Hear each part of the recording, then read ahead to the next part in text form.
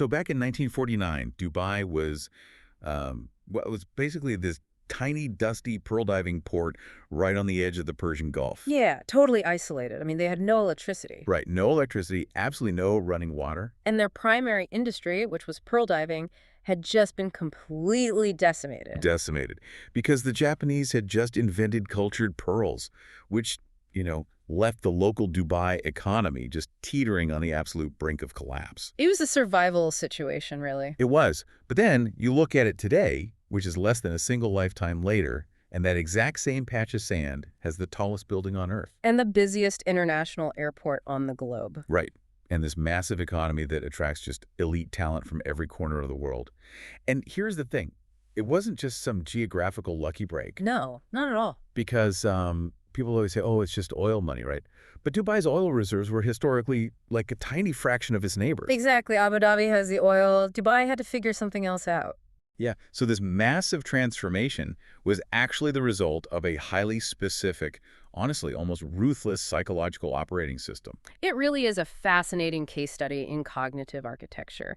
Because, I mean, before you can pour a single yard of concrete for the tallest tower in the world, you have to engineer the human mindset that allows it to even exist in the first place. You have to build the brain before you build the tower. Right. You are talking about moving an entire society from a literal survival mindset into this state of hyper-competitive global ambition. And that is exactly what we are doing for you today, because our mission for this deep dive is just massive. It is a big one. We are unpacking the psychology, the strategy, and the underlying philosophy of building a global metropolis literally from the sand up. And our source material today is really unique. Yes, it's flashes of thought, lessons in life and leadership from the man behind Dubai, written by Mohammed bin Rashid Al Maktoum. So we're going to extract the exact mindset shifts, the nation-building principles, and, the high-performance habits required to think and act like a visionary leader.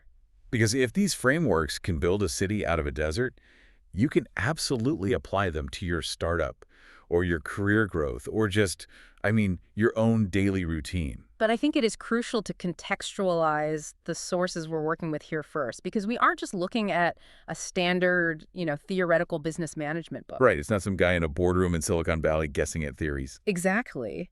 We are examining what geopolitical analysts actually refer to as the monarchic corporate paradigm of high-performance statecraft. The monarchic corporate paradigm. That sounds intense. It is, yeah. It is a very unique blend of absolute political stability paired with the agile, hyper-competitive execution of like a massive tech giant. Okay, let's unpack this. But before we dive into the deep end, a quick but very important note for you listening. Right, the disclaimer. Yes. So the sources we are analyzing today naturally touch on historical and geopolitical events. We are talking about the Middle East, so topics like the Arab Spring, regional conflicts, foreign policy, they are all in the text. And they are complex topics. Very complex. So we want to explicitly remind you that our goal here is strictly to analyze the leadership philosophy, the psychological frameworks, and the viewpoints presented in the text and its critical reviews. We are remaining entirely neutral and impartial. Completely neutral. We aren't taking sides. We aren't endorsing specific geopolitical stances or models of government. We are simply reporting on the ideas contained in the original source material to understand the mechanics of this specific leadership model. Precisely. We are, lifting the hood to look at the engine of this philosophy. We want to see how the gears turn and why it produces the tangible results it actually does. And to understand that engine, you really have to start with the baseline operating system, which is basically chapters 1 through 3. All right, part 1, the core operating system.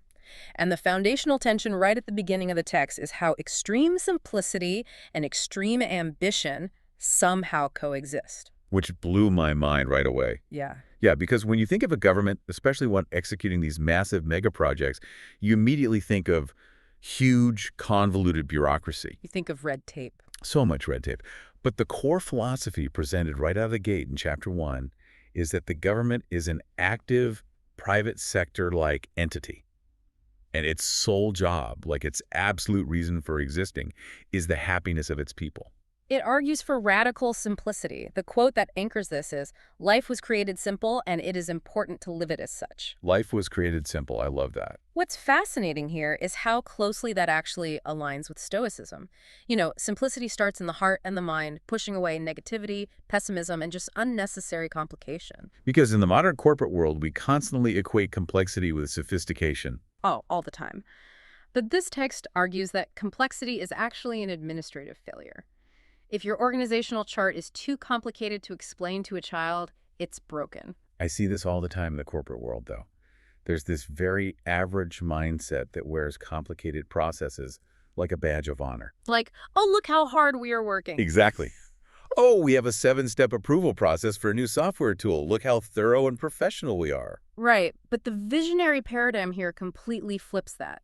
Simplicity is the ultimate sophistication. The text actually uses the real-life example of aiming for a 247 corporate model of government services. Yeah, the idea is that a government office should treat you like a guest at a luxury hotel or like a first-class airline passenger. Not some nuisance sitting in a drab waiting room holding a little paper ticket waiting for your number to be called. And implementing that requires ruthless simplicity on the back end. Truly, what Mohammed bin Rashid meant here is absolute clarity of purpose. Because clear minds make fast decisions. Exactly. That is the strategic insight. If you have a convoluted system, you cannot move quickly. So the text challenges the reader to look at their own systems. Whether you are running a country or just, trying to manage your own morning routine. Right. If your systems require constant, agonizing maintenance, they are burdening you, they aren't serving you. So for you listening, think about that action step. Audit your life right now for needless complexity. You will probably find processes you only do because that is how it has always been done. Right. And the reflective leadership question here is, are your systems serving you or burdening you? Because if you can remove just one bottleneck from your daily workflow, you suddenly have the bandwidth to focus on scale. Which is exactly what happens next in Chapter 2. Once you have that simple, clear baseline, you channel your energy into the next massive concept. The complete rejection of mediocrity. The race to be number one. The philosophy here is incredibly uncompromising. History only remembers winners. Yeah, the text outlines an operating system where aiming to be number one isn't just a motivational slogan. It is the fundamental metric of survival. Right. But let me just push back on that for a second. Go for it. Because we hear aim for number one all the time. It's almost a cliche in business at this point. Sure. And honestly, from a psychological standpoint, isn't aiming for the absolute top incredibly exhausting? Yeah. Like if you tell a team of people, we can never settle, we must always be the best in the world, doesn't that just lead to massive burnout? It seems counterintuitive, I get that, and that is a very valid critique of modern hustle culture. But if we connect this to the psychology of intrinsic motivation, the strategic insight is the exact opposite. Really? Yeah, high goals actually prevent fatigue. It comes down to the mechanics of cognitive momentum. Wait, how does a massive goal prevent fatigue? Because of the psychological concept of justification of effort. Let's say your goal is just to do slightly better than last year, or maybe just make the top 10 in your market. Okay, pretty standard goals. Right. But your energy wanes the exact moment you hit a serious obstacle. Why? Because the relatively small goal isn't compelling enough to justify the immense pain of the obstacle. Oh, I see. Your brain calculates the return on investment and says, you know what, this isn't worth it. Let's just settle for good enough. Ah. But if your goal is to fundamentally change the world, to build the tallest structure ever made by human hands, that massive vision acts as a psychological engine. It sustains your energy because the reward is monumental. Exactly. Aiming high generates its own momentum. That is a phenomenal way to look at it. It's like climbing Everest, right? Yeah. No one remembers the second person to do it. No, they don't. It's the difference between asking someone to dig a ditch versus asking them to build a cathedral. The physical labor might be identical. You are still moving dirt. But the psychological endurance is wildly different. No. So the weak mindset is settling for good enough. Yeah. Because the vision isn't big enough to endure the pain of excellence. Which means the better mindset is that first place is the only acceptable goal. So the action step for you here is to set a goal so large it literally forces you to adapt. And the reflective question is, where in your life have you accepted second place? And that realization naturally forces you to confront competition, which brings us to Chapter 3. Right, the keys to leadership and the story of Jebel Ali Port. Because if you aren't aiming for the absolute summit, you are going to encounter rivals. The text delves deeply into how to welcome competition and focus on execution. And the historical case study they use for this is just incredible, the building of Jebel Ali port in the 1970s. It is a perfect example. So picture this. Dubai is still very much developing, and the leadership decides they want to build the largest man-made harbor in the world. Out in the desert. Right, miles away from the city center. The international skepticism was just deafening. You had British consultants and global maritime experts essentially laughing at them, calling it a white elephant. They argued there wasn't enough shipping traffic in the region to even justify it. Exactly. And the cost of dredging millions of cubic meters of sand to create a deepwater port out of nothing was astronomical. So the standard bureaucratic response there would be to shrink the project, right? Do a small pilot phase, or just cancel it entirely because the expert said it was too risky. Yes, that is what average leadership does. But what was the mechanical strategy here? How did they push past that skepticism? Well, they understood a concept that modern tech startups use today, creating the ecosystem to force the demand. Force the demand. Yes, they didn't just build a port, they built a massive free trade zone around it. Oh, wow. By eliminating taxes and bureaucratic friction for foreign companies to set up shop there, they artificially drew global demand to the infrastructure they were building. They viewed the saturated, slow-moving global shipping industry not as a barrier, but as a sluggish competitor, just completely ripe for disruption. And they did the exact same thing in 1985 with Emirates Airlines. Oh, right. Because at the time, the region was dominated by established monopolies. Right. Gulf Air was the major player. And Dubai had very limited initial capital, but they launched an airline anyway. Because they realized that competition is a training ground. This is such a critical mindset shift. It really is. Most legacy companies look at a saturated market, they get terrified, and they just try to protect whatever small market share they have. They hide their intellectual property. They play entirely on the defense. Right. But the visionary paradigm flips that. They looked at those regional airline monopolies in the 80s not as threats to be feared, but as a free training gym to make their own execution stronger. A free training gym. I love that. So think about that for your own career or your business right now. If you are terrified of your rivals, you operate from a defensive posture. You are playing not to lose. Which is the weak mindset. Yes, fearing rivals. But the better mindset is that competition strengthens you.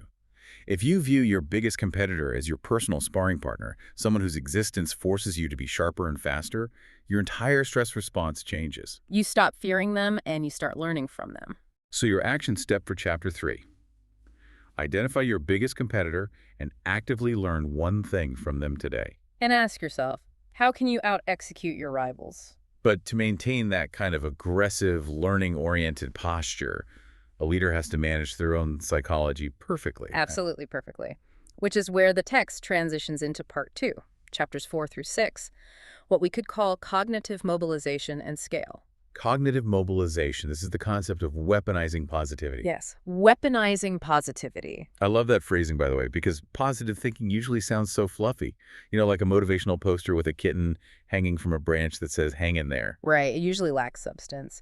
But chapter 4 treats optimism as a hard strategic tool. Not a feeling, a tool. The quote used is, does running water stop when it reaches a rock? Of course not. It turns left or right and continues its course. Now, if we look at the geopolitical context of the Middle East over the last 50 years, it is a region that has historically faced significant tension, conflict, economic volatility. Tons of barriers. Yes. And the text argues that a leader must use positivity to turn those regional barriers into strategic opportunities. Okay, but how does that actually work mechanically? I mean, how does smiling through a crisis build a city? Well, it isn't about just smiling. It's about cognitive bandwidth. Okay. When a human being or an entire organization views a crisis purely as a threat, the amygdala takes over. You go into fight or flight mode. Right, survival mode. And your peripheral vision, literally and metaphorically, narrows. You stop seeing lateral options. You freeze. You just stare at the rock in the river. Exactly. But if you view an obstacle with strategic optimism, if you genuinely believe that the obstacle is just a puzzle to be solved, you keep your prefrontal cortex engaged. Yeah. You maintain lateral thinking. You flow like water around the rock. So it's not blind toxic positivity where you ignore that the rock is there. Yeah. Because toxic positivity is pretending your boat isn't sinking. Right, which gets you killed. Right. Strategic optimism is acknowledging the hole in the boat, but having absolute unwavering faith in your team's ability to patch it and row faster. Precisely. It is resilience engineered through perspective. The text asserts that positivity literally solves problems. Because if a leader projects doom, capital flees, talent leaves, and the problem compounds. But if a leader projects competent optimism, capital flows in to fund the solution, and engineers arrive to build it.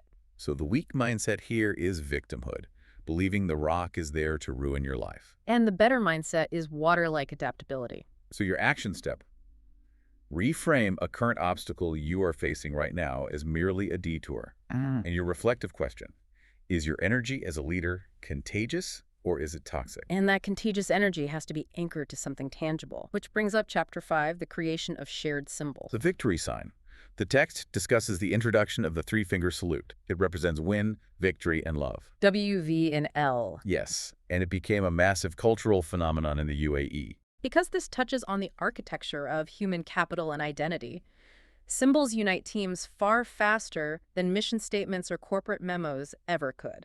Because an average mindset just adopts other people's metrics of success. In the corporate world, it's like, oh, success is the corner office or a specific job title. Right, you are adopting someone else's symbol. But a visionary mindset creates its own symbols. It defines its own victory. When you have a team that shares a visual, emotional language of ambition, they literally don't need to be micromanaged. They self-regulate based on the symbol. Exactly. So the action step here is to create a personal benchmark or symbol for your own success. And ask yourself, what do you actually stand for? Which is critical when you are trying to scale. Because once you have that unified energy and that strategic optimism, you have to apply it to massive scale, which is Chapter 6. The section dedicated to bigness. Bigness, yes. The core thesis here is that starting small does not mean you have to think small. The story of Port Rashid's expansion in this chapter is wild. Oh, it's a perfect example.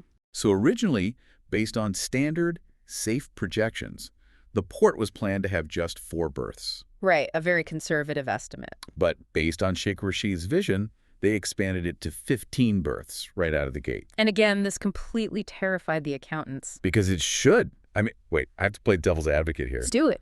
Vision dictates reality. Sounds great on a podcast. But building 11 extra port berths costs hundreds of millions of dollars. It requires massive debt. If the ships don't actually come, you aren't a visionary. You're just bankrupt. That is the standard fear, yes. So what specific data or trend were they looking at that the standard bureaucrats missed? Was it just a wild gamble? It wasn't a blind gamble at all. It was a profound understanding of network effects and induced demand. Induced demand. Yes. The bureaucrats were looking at historical data. How many ships came last year? Safe data. But the leadership was looking at geopolitical shifts.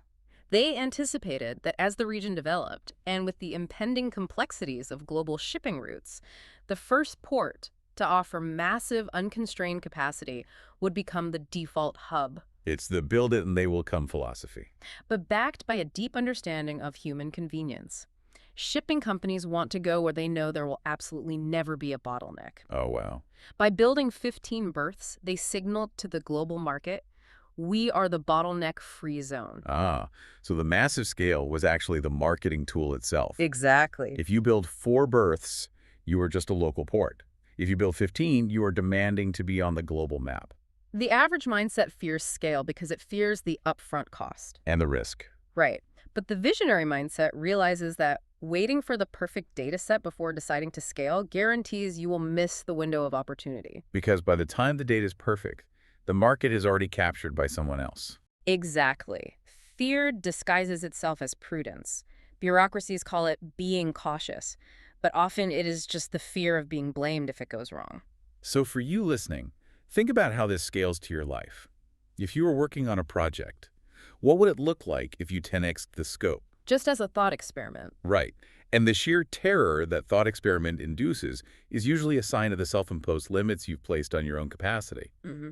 So the reflective question is fear keeping you small? But to execute a 10x vision, a blueprint isn't enough. A blueprint doesn't dredge sand or pour concrete. No, it doesn't. You need thousands of people to actually execute the vision without burning out. Which brings us to part 3, human capital and the impossible. Chapters 7 through 9. Engineering a workforce culture that doesn't just tolerate insane demands, but actually thrives on them. Right. Chapter 7 dives into motivating teams, and it really attacks the traditional management reliance on micromanagement. Because micromanagement is fundamentally an expression of a leader's anxiety, not their competence. That is beautifully put, yes.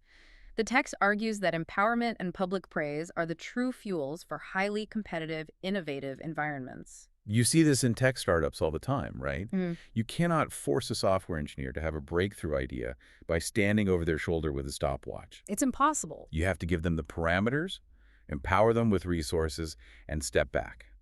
The strategic insight here is that people will work significantly harder for recognition, autonomy, and a sense of ownership than they ever will out of fear of a reprimand. So the weak mindset is micromanagement. The better mindset is empowerment.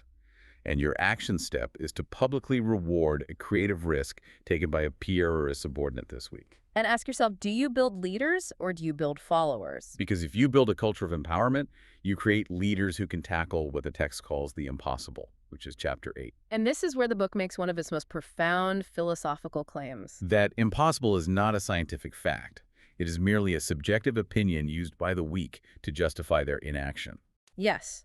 And this concept is perfectly encapsulated by the story of the Palm Islands. Oh man, the Palm Islands. This is one of the most famous engineering feats of the 21st century. It really is. So Dubai wanted to increase its coastline to build more beachfront real estate. The standard engineering advice was, okay, we will dredge sand and build a massive circular or rectangular island off the coast. Right, because functionally, it's structurally sound, it's safe, and it's the absolute cheapest way to enclose volume. That makes total sense. Yeah. But what was the leadership's response? The response was, no, build it in the shape of a palm tree. Which is an absolute engineering nightmare. Oh, completely. The Dutch dredging companies, who are literally the best in the world at land reclamation, initially thought it was a joke. Because the physics of it are incredibly complex, Yeah. right? You have to Yep. worry about water stagnation between the fronds of the palm. You have the Persian Gulf currents constantly trying to wash the sand away before it even settles. And just the sheer precision required to shape a tree out of loose sand in the middle of the ocean is staggering. So why do it? Why not just build the circle and save billions of dollars? Right? Why? Because a circle maximizes volume, but a palm tree maximizes coastline. Oh, wow. Coastline is the actual product they are selling. Exactly. Furthermore, a circle is just a piece of land. A massive palm tree visible from space is a monument to human audacity. It's a symbol. It signals to every investor, every tourist, every architect on the planet that this is a place where creativity overrides bureaucratic limitation. The engineers were focused on the how, the easiest way to move dirt. The leadership was focused on the why, creating a global icon. They literally had to use private satellites and differential GPS to spray the sand from the dredging ships with pinpoint accuracy. They had to invent new methods of vibrocompaction to solidify the sand so it could actually hold skyscrapers. They shattered the barrier of impossible because they absolutely refused to accept the limitations handed down by the so-called experts. So the lesson here is that impossible is an opinion. The action step. Identify an impossible task in your life and take one physical step toward it today. And ask yourself, what limiting belief is holding you back? But this raises an important question, doesn't it? What's that? How does a leader develop the lateral thinking required to even conceive of something like a palm tree-shaped island? The text suggests it doesn't come from staring at spreadsheets all day. It comes from outside passions, which is chapter 9. Yes. The section on passions, specifically horse riding and writing poetry, was fascinating to me. It's so unexpected in a leadership book. It really is. Because the hustle culture mindset says that if you aren't grinding 24/7 at your desk, you are losing. But the text argues that non-academic passions are what actually enrich executive character. It connects deeply to high-performance habits. A leader must understand the human condition. Writing and studying poetry gives a leader empathy. Because it forces you to understand the emotional landscape of your people, to unite hearts. You cannot inspire a nation with a pie chart. You inspire them with narrative and resonance. And the horse riding. Specifically, the text talks about endurance racing. Endurance racing on horseback over 160 kilometers in the desert isn't just a physical test. It is a masterclass in tactical patience. How so? You have to understand pacing. If you push the horse too hard in the first 20 kilometers, you fail. The horse collapses. You have to read the terrain, manage your resources, and have immense quiet discipline. And that builds character depth that translates directly to navigating, say, a volatile global economy. Exactly. It prevents the creation of one-dimensional leaders. If your entire life is just your business, you lack the lateral analogies needed to solve novel problems. So for you listening, think about how your neglected hobbies actually fuel your work. Playing music, hiking, painting. These aren't distractions from your ambition. They are the cross-training for your brain. So re-engage with a neglected hobby. That Sure. is your action step. And a leader needs that cross-training because eventually they will face a severe crisis. Which brings us to part 4. Crisis management and stability, chapters 10 through 14. Because how does this visionary, poetic, ambitious leadership actually hold up under intense geopolitical pressure? The text tackles the Arab Spring, terrorism, and regional instability very, very directly. Now, again, to honor our neutrality disclaimer here, critical reviews often debate the nuances of foreign policy in the Middle East. You do. But the specific thesis of this text is incredibly clear, and it's a fascinating economic argument. The text asserts that the best defense against unrest is human welfare, jobs, and rapid development. The underlying philosophy is that regional security is an absolute prerequisite for trade, and trade is a prerequisite for prosperity. Historically, many regimes have relied on the weak mindset of ruling by force, suppression, or fear to maintain order during a crisis. But the paradigm presented here is completely different. It's leading by service. It treats the citizen as a customer. If a government operates like a highly efficient private company whose only goal is the customer's happiness, the customer has literally no reason to revolt. Unrest is viewed almost as a failure of customer service on a national scale. That is wild. The strategic insight is that development creates stability. It is an economic antidote to extremism. Hopelessness, unemployment, and lack of infrastructure breed chaos, right? They make populations susceptible to radicalization. But economic momentum, clear pathways to success, and world-class infrastructure breed order. Exactly. Bringing this down to a micro level for our listener, think about organizational stability in your own company. If your team is restless, if turnover is super high, the average manager tries to enforce stricter rules or monitor their employees more closely. Which just makes it worse. Right. But the visionary manager looks at what value they're actually providing to the team. Are you serving your team's fundamental needs for growth and security, or are you just demanding their output? That is a great reflective question. Are you serving those needs? And a massive part of serving those needs and maximizing a nation's potential is inclusivity, which is chapter 13. The text places a very strong emphasis on empowering women, placing them in strategic civil, corporate, and military roles. And the text doesn't just frame this as a nice moral gesture. It frames it as a cold, hard, strategic imperative. The math on this is undeniable. If you ignore half of your population's talent pool, you are trying to win a global economic race with one leg tied behind your back. Exactly. The mindset is strict meritocracy. If you want to build a global hub, you need the absolute best brains functioning at peak capacity. Inclusivity is highly strategic. It brings diverse problem-solving approaches to the table, which is vital when you are trying to out-execute international competitors. So the action step is to audit your team for diverse voices. And that concept of collaborative strength actually extends to the historical foundation of the UAE itself, right? Chapter 14. Yes. The text spends time honoring the long friendship and alliance between Sheikh Zayed and Sheikh Rashid, which led to the Union of the Emirates in 1971. It's a perfect example of co-founder dynamics. It really is. The ego-driven lone wolf mentality is a massive liability in statecraft and in business. A visionary needs a partner who shares the core values, but perhaps brings different tactical strengths or regional influence to the table. Because historical alliances build nations. Isolation destroys them. So ask yourself, who is your strategic partner? Who is your co-founder in your life's vision? But once you have that stability, the talent, the alliances, how do you keep the machine moving faster than the rest of the world? That is the big question. Which brings us to a massive pivot in the text, part 5. Innovation, time, and risk. Chapters 15 through 18. This is where the state must literally adapt like a high-growth tech company to survive. And we can see this perfectly in chapters 15 and 17, discussing smart cities and the 1999 mandate for Dubai Internet City. The leadership issued a strict 18-month deadline for all government entities to transition their services entirely online. Think about the context of 1999. Oh, it was a different world. Most of the world was just figuring out what dial-up internet even was.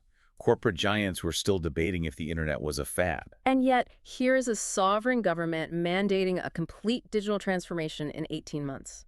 The mindset was that technology isn't just a shiny toy. It is a mechanism to alleviate congestion and literally raise human happiness. Because nobody is happy standing in a queue for 3 hours to renew a driver's license. No one. If you can digitize that, you give millions of hours of life back to your citizens. Early tech adoption is a massive moat against competitors. The average mindset resists digital change because it's uncomfortable to learn. We've always done it on paper. Right. The visionary mindset forces the discomfort early to reap the exponential rewards later. So automate one routine task today. That is your action step. Which perfectly segues into the book's most powerful conceptual framework regarding time management in Chapter 16. Oh, I was so excited to get to this part. The core message is that time is capital to be invested, not managed. The quote is, "A year is equal to the number of days that you have invested in yourself." So what does this all mean practically? The book introduces this concept that I want to call the procrastination cost. It is a mathematical way to look at delays. Let's explain this because it's brilliant. You calculate this by taking the days you delay a decision and multiplying it by the number of people affected. Let's do the math on that for a modern business, because the result is staggering. Let's say a mid-level manager in a corporation of 100 people delays the rollout of a much-needed software update by 5 days. Why? Because they want to have a few more meetings about it. Right. A classic corporate move. Sounds normal, right? Just a 5-day delay. But it isn't a 5-day delay. No. It is 5 days multiplied by 100 people. That manager just costs the company 500 days of lost human potential and productivity. My mind was blown when I read this. And when you scale that up to a nation, if a minister delays a public health care initiative by 1 month and it affects 1 million people, they haven't lost a month. They have literally incinerated tens of thousands of years of human well-being. It is terrifying.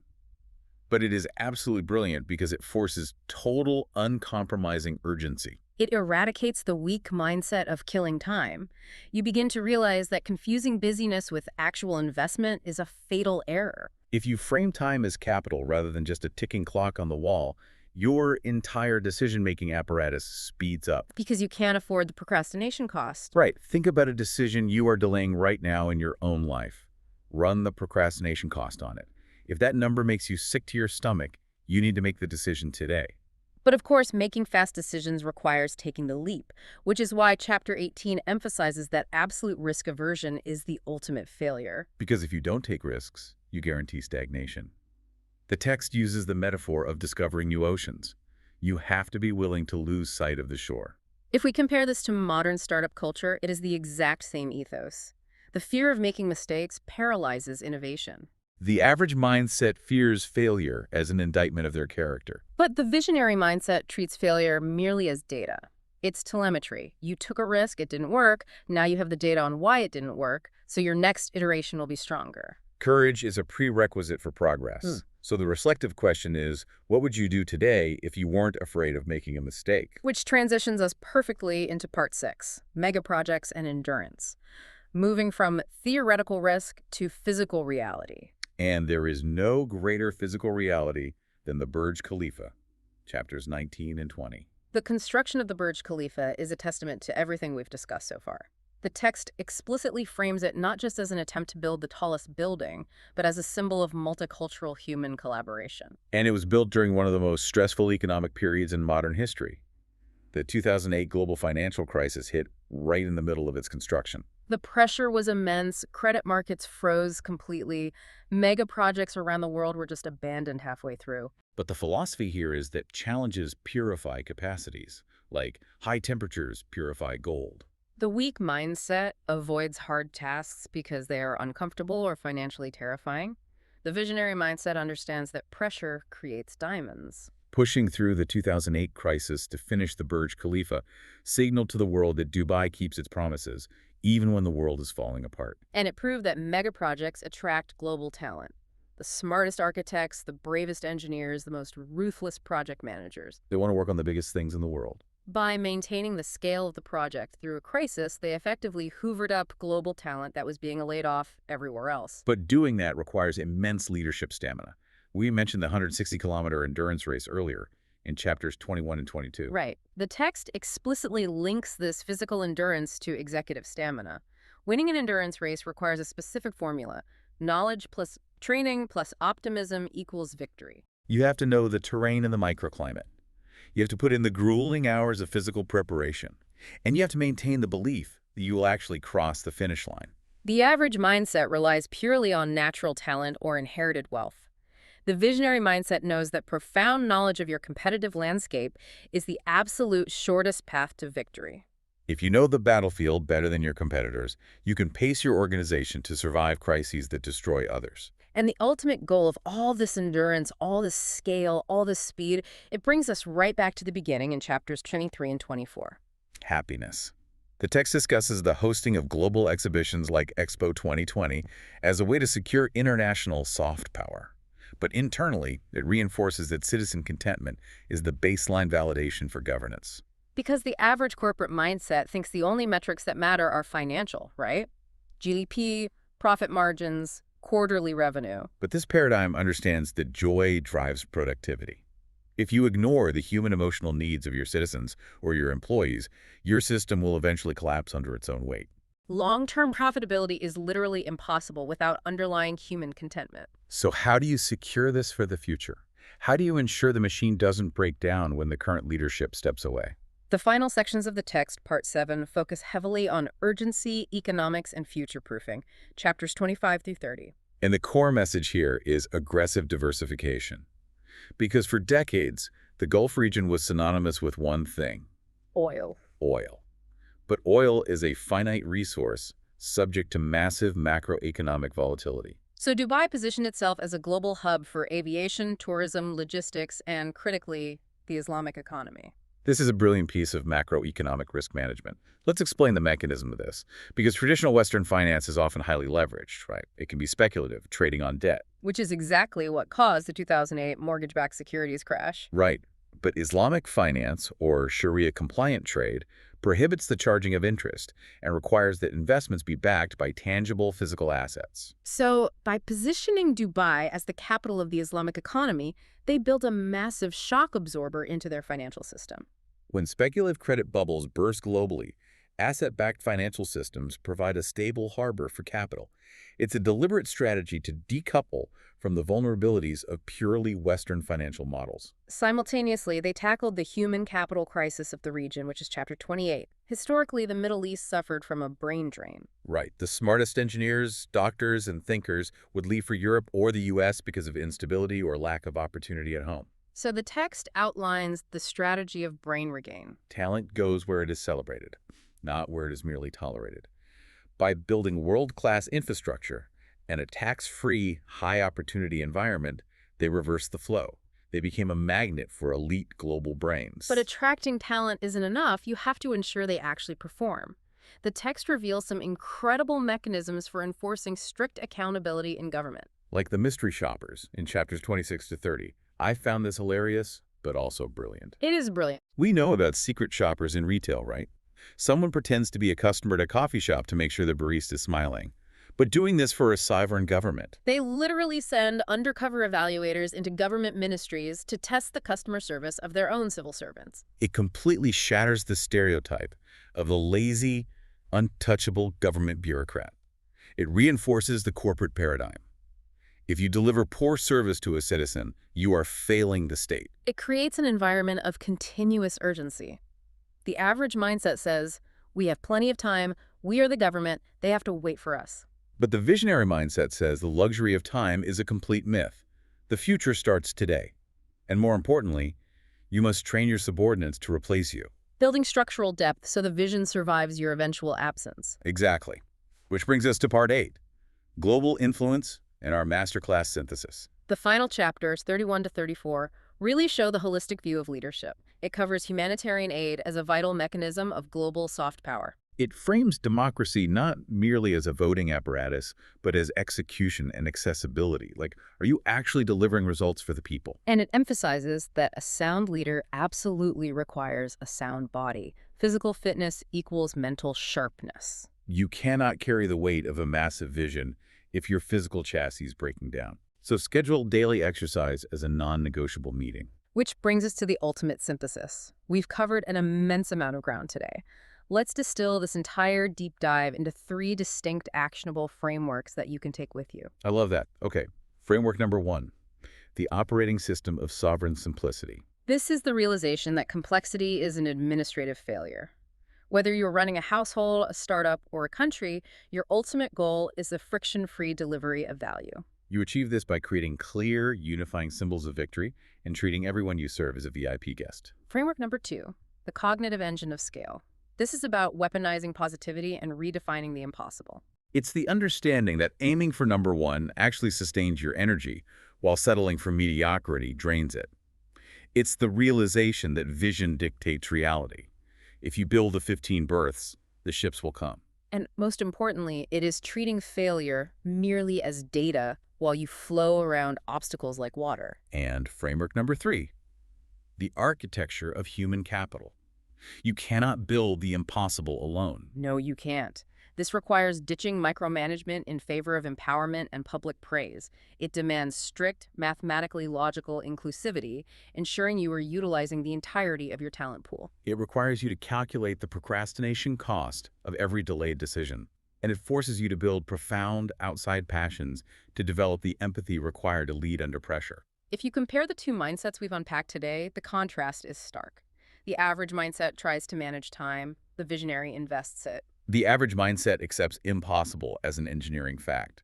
The visionary sees it as a temporary opinion. The average mindset hides from competitors. The visionary uses them as a free training gym. So as we wrap up this massive deep dive, let's go back to where we started. We've examined a monarchic corporate paradigm that took a society from a pearl diving port without electricity to a global metropolis. And they did it by adopting the agility, the customer obsession, and the rapid execution of a high-performance startup. Which leaves you with one final thought experiment. Look at your own life right now. Look at your career. Are you managing your ambitions like a slow, outdated, risk-averse bureaucracy? Or are you leading yourself like a high-performance visionary state?